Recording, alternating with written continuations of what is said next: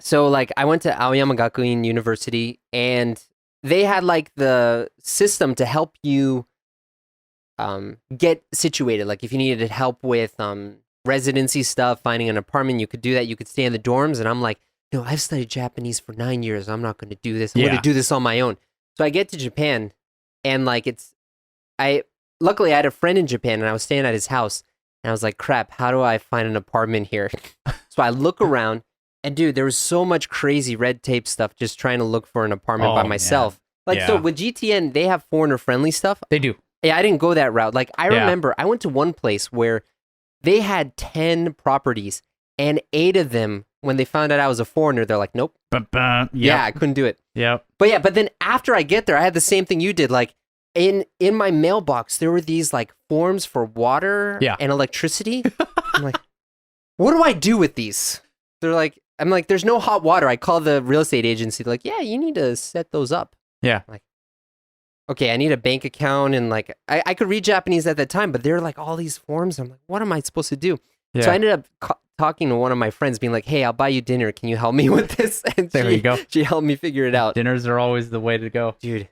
Yeah, it was like, it's so weird because like, to be honest, I've only lived in a couple of places by myself, and I actually forget how I set up utilities in the States. Like, so if you move to somewhere new and you have to set up the utilities in the States, what's the process?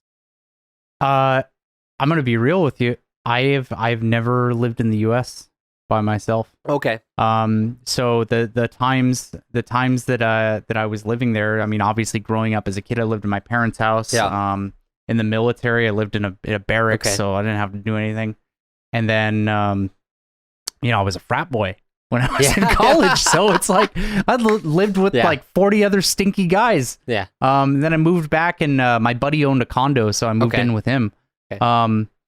But from what I understand, and I could be wrong about this, but I believe the utilities are already set up in the apartment. Yeah. And you just pay the landlord. Yeah. Okay. Yeah, but not how it is here. You have to do that separately. Oh my goodness. Yeah, I just remember, like one of the things that really surprises me about living in Japan that I never thought I'd have to figure out is you have all of these carbon copy forms that you need to like even with the utilities thing, you have a place where you fill in this stuff, but there's 3 sheets. Yes. One is for you. Yes. One is for like your landlord, and one is for the utilities company. And so you have to like mail those separately. Yeah. It was like I basically was I just talked to my friend, and my friend was like, hey, write this here, okay, and do this. And I just listened to her, and she helped me out. But yeah, that was really tough. How are you expected to learn that on your own? You don't. It's just, yeah. Is it just like an ancient tradition of just like, all right, we will pass on the tradition of sending utilities out? Dude, like,